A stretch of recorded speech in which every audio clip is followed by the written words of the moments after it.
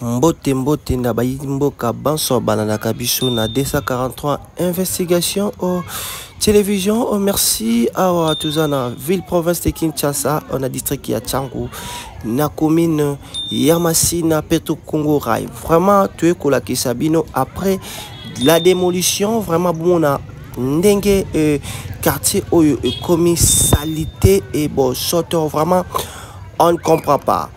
Démolition, il fallait continuer. N'engi ba auto ki obuka ngambo oyo nyoso mon espace tikali vraiment ya monene mais il fallait ba kosilisa yangambo wana yango to aki toujours na kata ya kosala investigation ko la kisabino lolenge bandeko ba ko vivre awa parce que ça na bandeko mosusu ndenge bomona eza na ndako lisusu te awa nyonso zaki banda kulelo komi nango salité bo soto mona bana baomi yoko lokota na bango mabanga parce que atreti ya malamu izate awozo mona ba poubelle donc bato mo boka biloko ya saleté awa et komi déjà malamu te vraiment biso toza toujours wana pona ko informer bino net awa ezalaki dal babwaki mabanga mais solo moko ezobima awa vraiment bokozwa idée te vraiment bazo vivre na ba condition moko ya mabe awa pezalaki wese dali ya monene o bamiki ko kanga mais solo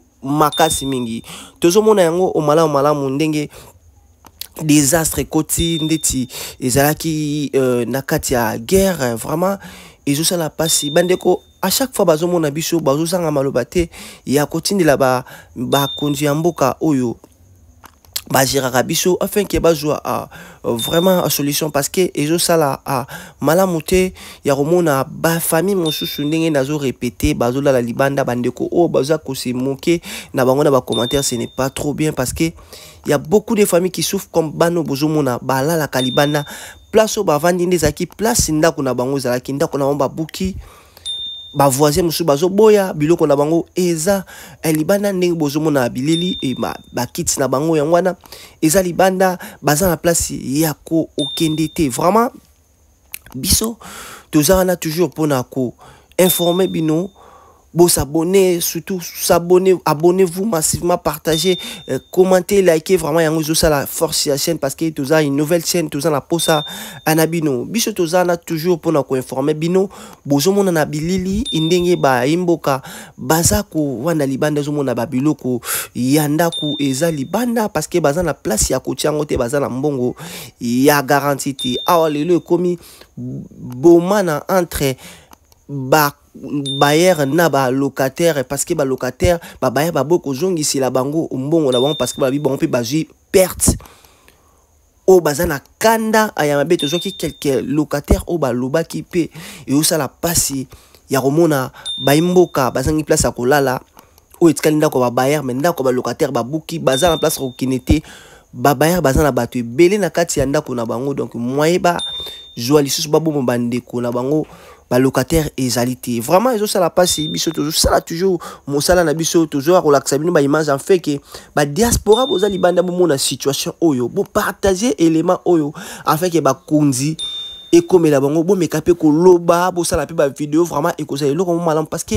bandeko oyo bazo compter trop na presse parce que à chaque temps toujours wana bazo zanga maloba koloba te bazo senga bandeko boya tana butu en fait que bo lekisala butu ba mona ndenge tola libanda parce que toza na insécurité ekoyi makasi ndeti ndeko mobali oyo auti na Brazzaville ayi kuta ba démolir ndako na bango yaza na état malade o asalaki AVC vraiment ils ont ça la passe pe mawa aza na place ya kokende te na maladie na ya utaki nango Brazzaville. Bonjour ndeko. Bonjour. Kombo nani? Fiston Mochi. Ovandi awa toza na commune Masina. Oza natif ya botami awa. Botami awa donc botami pena awa. Donc ça peut ozo faire partie pena ba victime o ba buki. En tout cas pena na pena donc ba buki na ko OK. Na pena victime pena makasi. Mais ba place pour tourner exact place ya la montée za place ya bato. Bino le bosso même pas boyeba te que place ya mabele za ki ya bato. En tout cas na ebagité bon. Maman pe ayebaki bon. Moi, Azaki na Brazzaville, na AVC. OK. Donc, na ebete que place oyo, babuki donc na ebete. vraiment bandeko ba hotala oyo salinga passe pe ma zali na maladie oyeboye babuki ndako vraiment ba to ma ba hotala biso ba konzambo ba hotala so message nyoko passe na konzambo en tout cas message na biso basuna biso Eza Fati faut la plan ensemble Eza Fati tala na caméra faut la plan ensemble Eza Fati yaya Eza Fati asuna biso na mbela yeso de mouton OK na mbela pena so de mouton aux artistes OK artistes en tout cas naza OK akena base ti ba pima États-Unis bani na mbela pena so de mouton asuna biso oza na passe surtout aux asuna passe au monde maladie na maladie donc asuna ngai na ba nyonso donc bolanda biso abi asuna biso pena oza na passe tola la libanda donc la famille baolanda libanda donc maman na biso donc isalinga passe parce que na mona maman jour wana zaki bien te donc azaki bien te yo monaki donc asuna na pena Eza Fati sunga ngai mwana yo sunga ngai pena donc so de moto na embela yo isala donc pas c'est belé mais sunga ngai c'est to kata mo akapela so de mouton lelele nzela likolo na kini so de mouton lelele nzela likolo na kini kasina basala ebango na kine biso na kini tomona te nzambe yo Eza Fati yo memeli biso so de mouton na kini so de mouton lelele nzela likolo na kini. Je comprends. Donc, merci beaucoup de côté c'est pas évident vraiment. Merci pena sunga biso ya Eza Fati sunga biso pena esala malamu bandeko bas. Donc voilà la banda. Merci. Merci beaucoup. Merci. Bonjour papa. Bonjour pas journaliste. Papa comment on a? Comment on a Muteba? Ah toza papa. Ah toza na machine à quartier. OK. Papa, démolition oyo est-ce que vous avez informé que ba ko buka bandaku tel jour? Après une semaine de la militaire ba lekana ki ba lobaki ke bolo bo préparer toujours ya mikolo toya toye baté. Ko fanda ka bo to moni ka bo ba to ali bimsa ba biloko tracteur ba ndo buka. Mais c'est le ngane ko lobela. Ko biso ba locataire to pesa ba mbongo na so ba garantie to fiti. Bo lelo yo bino bo buki ba ko lo lupango. Ko biso ba locataire moto yibaki on a tra o au biso de yibaki on a traité ba propriétaire bazali mais bino faut accuser ba kolo lopango na bino mais ba kolo lopango faut bazo sur la biso mbongo na biso po makamu ya on a tra etali ba bayer on doit zo mapango mais biso ba locataire neto za botala neto ngana za locataire moi ça komi kingasani na mobali na komi quartier 3 bana ba komi na mbanza lemba bosiko na ministre na zana na mbongo te tina luka mukolo nini boya par conséquent bango faut bazo sur la biso mbongo na biso osoki mbongo ezate pesa tiangwa donc ezala kaka mabe vraiment mokonza mboka kotala bino vraiment est-ce que message nyoko passer na mokonza mboka kotala pona mokonza mboka azula bango solution soka ozosala bango mbongo po bapesa biso babayer bambongo na biso apesa bango quelque parce que babayer babo ozosala balocataire mbongo ozosala bango mbongo obiso bato sombaka lupango ate baboyi neti ngai mbongo na nga garantie na zwi te donde naza boye naza na kanda moko boye ya kosakana te oyo nakobeta ata nzete dofo nazwa mbongo na nga nde nazolala libanda boye naza locataire nafutake chaque fin du mois fo nazwa mbongo na nga so nazwi mbongo na nga te donc mabe eza kaka bazosala biso mbongo na biso tokeluka bandako na biso ata na bakingasani si tomesana. Bonjour papa. Oui bonjour. Papa kombo nani? C'est monsieur Joachim Mouteba Mwatayamvu. Awa toza wapi? Bon, toza précisément derrière marché de la Liberté vers les rails. Papa, tout le monde va démolir parcelle Mounene. Est-ce que vous avez averti que vous démolir Ndakunabino? Non, c'est un avertissement verbal. Quelqu'un qui a balabala au Bouka. Et quelques temps après, on a vu les engins. Voilà l'engin de l'autre côté. Babouki, on a détruit des maisons. Donc on n'a pas été averti de manière officielle. Donc quelqu'un qui passe à la rue, ils sont venus comme ça.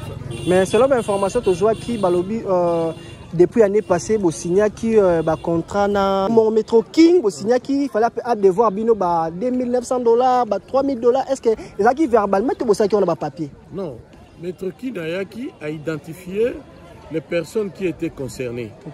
Azu ba mesure et senga qui peut pas démolir. Ce qui est curieux, les mesures Metrokin Azaki, il y a un balandité. Mais pour Metrokin, c'était dit que non, on va indemniser bateau aux victimes, il y a pas de démolition. C'est ce qui a été fait. Bazongaka pour évaluation, pour s'assurer que toutes les personnes au bazar concernées, s'ils ont été identifiés. Mais depuis là, ils sont partis, mais c'est maintenant l'ONATRA qui vient pour détruire. Bali aux victimes parce que Bosomba qui m'a pas au sabo parce que pendant 1974 ONATRA a sombara mabile na bino. L'état zonk c'est la ba kolo ba tout ba tikala mo pa bazong c'est la ba mbongo. Non, ça ce sont des rumeurs. OK. Il faut y banane que le chemin de fer a été construit avant même la commune de Massina. OK. Donc le chemin de fer date de 1800. Si pas 1800, 1900. Donc le chemin de fer a existé avant que l'État le tire Massina, Njili, etc. Alors tant que l'État devait prendre des précautions pour envoyer Bageno. Pourquoi beaucoup de chemins de fer, vous devez limite la brise à la bouille. Jusque-là, rien n'a été fait. C'est de manière verbale. Alors, comment il y aura un État responsable? Maintenant, il a eu la force pour détruire. Est-ce qu'il n'avait pas la force pour empêcher la population que non, pour accéder à la cité? Non, ce n'est pas vrai. On n'a jamais indemnisé, bien qu'on a le biais en prise, mais bateau Nyonso Moni, bazar reconnu par l'État parce qu'on a des titres de propriété. Comment placer les gens qu'on ne peut pas les lotir? Bozabo peut sa bateau, Mikanda. Il y a des livrets de logères, il y a des fiches parcellaires, tout ça. Donc quand l'État donne déjà un livret de logères à l'époque, et il y a une fiche parcellaire, c'est que l'État reconnaît lotissement. Voilà. Alors si l'État déjà au départ reconnaîtra lotissement en donnant les titres de propriété, les livrets de logères pour autrefois, et les fiches parcellaires, un document préalable pour avoir un certificat d'enregistrement. C'est-à-dire quand on vient démolir, l'État doit être conséquent. Donc il faut indemniser. Voilà, la population, il y a des gens qui continuent à dormir. Ça fait plus d'une semaine. Ils ne savent pas où aller. Ce qui démarche, c'est que victime, bon, pour l'instant, on est en train de digérer les chocs. Il n'y a pas encore une initiative, mais je pense que dans les jours à venir, nous allons prendre certaines dispositions. Parce qu'on ne doit pas laisser l'État faire ce qu'il veut. Non. L'État doit être responsable, c'est la population. Quand on fait des histoires pareilles, même sur le plan humanitaire, il faut prendre quelques dispositions pour la population. On ne peut pas venir vous détruire et puis vous partez. C'est la population qui doit être prise en charge par un État responsable. Donc voilà le problème. Voilà le problème. Il y a des gens qui sont en bel état. Moi, personnellement, j'ai perdu c'était les activités commerciales. L'activité, ça n'a pas combien de maisons? Non, il y a eu, oui, c'était un complexe commercial avec 8 maisons et une maison d'habitation à l'intérieur. On a tout perdu. Mais nous avons, regardez, ce sont les maisons d'habitation. Les gens ne savent pas où aller. Mais vous avez quand même remboursé les locataires, non? Non. Moi, j'ai pris des dispositions parce qu'ils doivent aller chercher. Moi, c'est les perdants, c'est moi. J'ai remboursé la garantie locative à tous les locataires. Ok, message numéro passé dans non, le message, l'État doit être responsable. Okay. L'État maintenant a la force de démolir, n'est-ce pas? Donc l'État aussi doit avoir la force d'empêcher les gens de construire et c'est une réalité. Donc un État responsable ne peut pas laisser battre.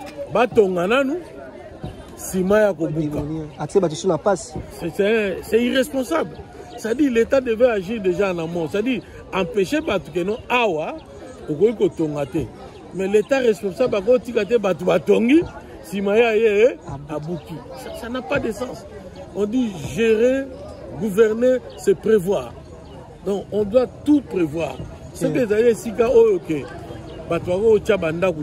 même 100 ans après, il faut l'État mais quand l'État a tiki bato batonga après si bango pe mikanda o ezo lakisa ke bato baza bakolo mapango si moyo lobi ke non awa bako otonga te. Ce n'est pas responsable. Ce n'est pas responsable. Il y a tous les services de l'État qui passent ici. Hein? il y a le ministère de l'Intérieur, il fait le recensement, IPMEA. Toutes les personnes qui avaient des activités commerciales ici, ils avaient des documents où ils sont à exercer. Tout. Mais on ne peut pas venir comme ça d'emblée. Non, j'ai démoli. Non, c'est aucun sens. Attendra même pas que non, malgré tout, baya ko mesurer ne baloba te que non date tel jour tel to goya ko buka mais baye ka brisque tala non de bat batikali tala nde banda ko tikali bat baterengani même si eza gouvernement na biso il faut batutu pas prévenir bat avant que non bobuka ndaku pour dire que non date tel jour tête au buka pour montage de précaution et ça ni na voler. Est-ce que bino le bando tombanda ko koto boyeba kite ke mabelo ezaki ya binote? Faut déjà boyeba ki mabelo à l'état. Oui, faut déjà on atra. L'état ça mutu aza likolo ya nyoso. Pour ceux qui a peki c'est mutu déjà avant interdire mutu que non minute oyo mutu akotonga wate et kotika la peka bon maintenant.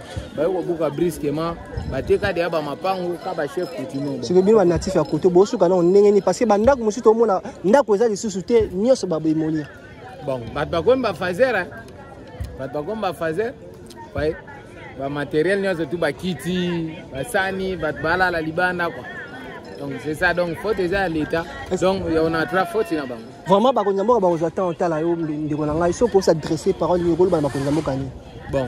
Et là, nous avons tous à l'organisation. Ok. Vous comprenez? Là, nous avons tous à l'organisation. Sauf besoin limite que non pour bouka. Ou soit pour payer si place ana que non limite yo banda tikuna eza yo natra. Par exemple, l'ende to zabu. Ok. Vous comprenez? Congolais jamais a un grand voto. Vous comprenez? Mais ceux qui ka que non bino botiki bosundoli na bino bosiminzela bokei. Congolais ba chef coutumier na biso koto. Donc baza batu mo boy ba po salaire. Vous comprenez? Bana bango po sambo. Si gotan bokei bobeti 10 ans 15 ans chef coutumier a monité mabele anango libre aotekana. Ok. Donc bat bazoni okoma mboko pena donc vraiment na comprendre de okena donc ko musuto kosutuka ka bo ale mwana na mwana bena na ba congolais nyoso tuto bani bambangu côté de okende c'est bité. Donc et ça la pena pasi makasi na mutema tato mona ba mama ba leki na bisa mikie neti ngape na bonenga na zao na wolongwa na ngana ke luka kamara na ngai bo mama na OK. Ba de sécurité ko makasi mais makasi pena bole makasi bole donc nde ba buki boedo biloko ezokende ba mama ba komi do ba tumo bo o mona ana ba musu ba komi da ba hypertension. OK. Upango nyoso tu eke vale oko filmer pe atanda kwana yana ngamwana ta omoni place papa na zo tongana. Oui. So tali bien ka moi couloir na zo mona na so ba acha so ba acha wese so kini ngape ngana comprendre. On va se mettre ça la place makasi. Ya tika